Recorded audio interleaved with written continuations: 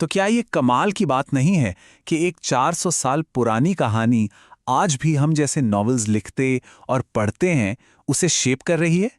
चलिए आज बात करते हैं उसी शूरवीर की जिसने जाने अनजाने में ही कहानी कहने का पूरा तरीका ही बदल दिया। तो सवाल यही उठता है कि आखिर ये किताब सिर्फ एक पुरानी कहानी बनकर क्यों नहीं रह गई। इसमें ऐसा क्या खास था जो पहले कभी किसी ने नहीं किया। समझते हैं कि कैसे एक कंफ्यूज्ड नाइट की कहानी ने लिटरेचर में एक क्रांति ला दी और उस जॉनरा को जन्म दिया जिसे आज हम सब नॉवेल के नाम से जानते हैं। 12,000 से भी ज्यादा कॉपियां। अब देखिए, आज के जमाने में ये नंबर शायद उतना बड़ा ना लगे, है ना, लेकिन सोचिए हम बात कर रहे हैं 17वीं सदी की, जब प्रिंटिंग बिल्कुल नई नहीं थी।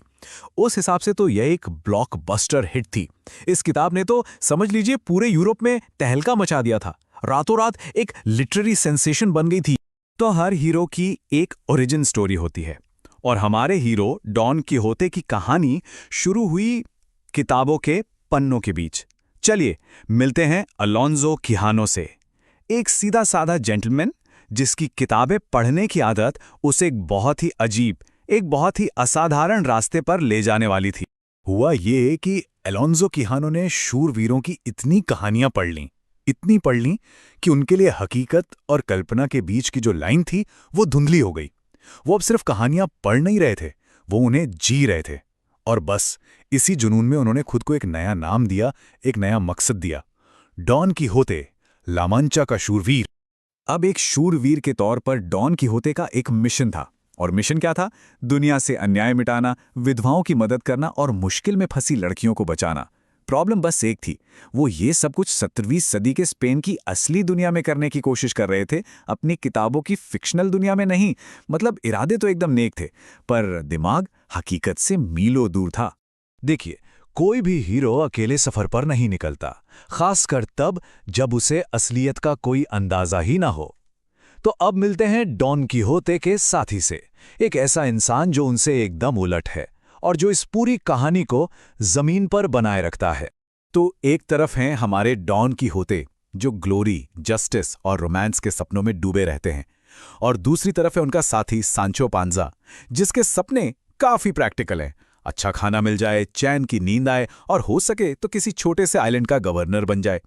ये जो आइडियलिस्ट और रियलिस्ट की जोड़ी है ना, यही इस नॉवल का दिल है। यही हमें हंसाती भी है और सोचने पर मजबूर भी करती है। और सांचो पांजा की प्रैक्टिकलिटी उनके शब्दों में साफ झलकती है। वो कहते हैं कि एक शूरवीर की जिंदगी का क्या है? आज दुनिया का सबसे जरूरतमंद इंसान तो कल हो सकता है उसके पास अपने साथी को देने के लिए 2-3 राज्यों के ताज हों।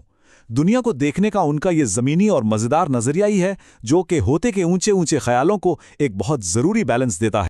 किहोते के आइडियल्स और सांचो की रियलिटी के बीच का ये जो टकराव है ना, ये असल में परसेप्शन का टकराव है।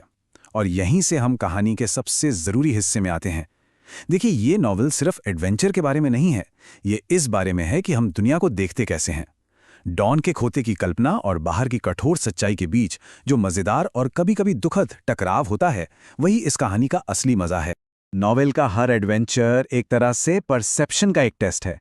हम दुनिया को डॉन किहोते की आंखों से देखते हैं और उनकी आंखें शूरवीरता के जुनून के चश्मे से देखती हैं, और इसी फिल्टर से कहानी का सारा ह्यूमर और उसकी गहरी फीलिंग्स निकल कर आती हैं।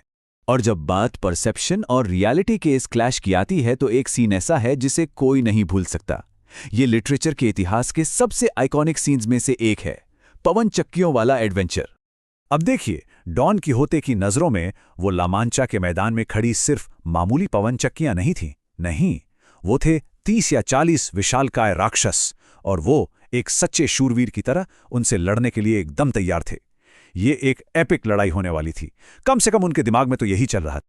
लेकिन असलियत तो बस इतनी सी थी कि वो सिर्फ पवन चक्कियां थीं, कोई राक्षस नहीं। डॉन किहोते की ग्रैंड इमेजिनेशन और दुनिया की सिंपल सी सच्चाई के बीच का यही क्लैश है जो इस सीन को हमेशा के लिए अमर बना देता है। और ये सिलसिला यहीं खत्म नहीं होता।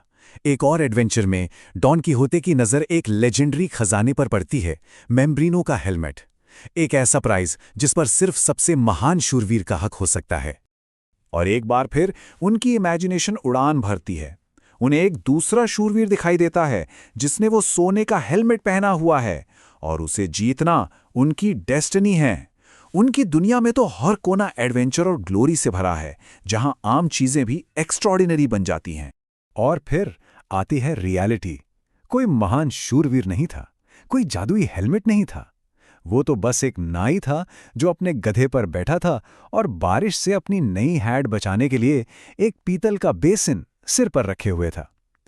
ये एक और परफेक्ट एग्जाम्पल है कि कैसे डॉन किहोते की कल्पना आम चीजों को खास बना देती है। ये देखकर हंसी भी आती है और थोड़ा सा दुख भी होता है।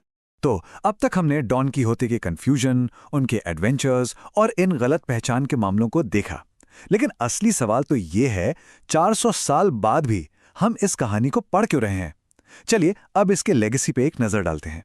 तो क्या ये किताब सिर्फ एक पागल आदमी के बारे में एक फनी स्टोरी है? हाँ, फनी तो ये बहुत है, लेकिन इसे सिर्फ एक कॉमेडी कह देना इसकी गहराई को अनदेखा करने जैसा होगा। क्योंकि सतह के नीचे बहुत कुछ है जो इसे एक सिंपल कहानी से कहीं ज्यादा बड़ा बनाता है। असल में डॉन किहोटे एक मल्टी लेयर्ड किताब है। ये उस दौर की पॉपुलर नाइट एडवेंचर स्टोरीज पर एक सटायर है। ये आइडियलिज्म और रियलिज्म के बीच की कभी न खत्म होने वाली लड़ाई पर एक गहरी स्टडी है। ये इंसानी स्वभाव पर शार्प ऑब्जर्वेशन से भरी हुई है और इसमें ऐसे कैरेक्टर्स हैं जिन्हें आप कभी भूल नहीं पाएंगे। हर तरह के रीडर के लिए इसमें कुछ न कुछ जरूर है। और इसकी यूनिवर्सल अपील के बारे में एक बहुत खूबसूरत बात कही गई है कि बच्चे इसके पन्ने पलटते हैं, जवान इसे पढ़ते हैं, अडल्ट्स इसे समझते हैं और बुजुर्ग इसकी तारीफ करते हैं।